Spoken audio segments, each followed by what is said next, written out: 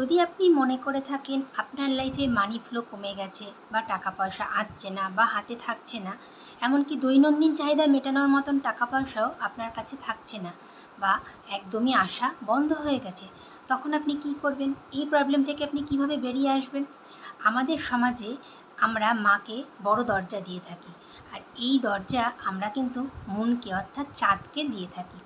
সেই চাঁদের মর্যাদা আমরা যেহেতু আমাদের মাকে দিয়ে থাকি, অর্থাৎ মনের সাথে আমরা আমাদের মাকে তুলনা করে থাকি, সেক্ষেত্রে এই প্রবলেম থেকে অনেক ক্ষেত্রে আমাদের মা আমাদের বের করে আনতে পারে।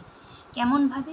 যেমন ধরুন, আপনি আপনার মাকে বলবেন আপনাকে একটাই রূপোর আংটি গিফট করতে, সেই আংটি আপনি সব সময় পরে থাকবেন, তাহলে দেখবেন এই প্রবলেম থেকে খুব শীঘ্রই রিকভার করতে পারছেন। তা যদি তার পক্ষে সম্ভব না হয়, তাহলে তাকে বলবেন তার বাড়ির চালের থেকে এক মুঠো চাল আপনাকে দিতে, আর সেই চাল আপনি কোনো সাদা বস্ত্রে বেঁধে আপনার আলমারির লকারে রেখে দেবেন। কিছুদিন পর থেকেই আপনি বুঝতে পারবেন আপনি এই প্রবলেম থেকে বেরিয়ে আসছেন, বা আপনার লাইফে মানি ফ্লো যেটা কমে গিয়েছিল তা আস্তে আস্তে বেড়ে উঠছে, এবং আপনি আপনার প্রয়োজনীয় জিনিসপত্র কিনতে পারছেন বা আপনার দৈনন্দিন চাহিদা আপনি মেটাতে পারছেন।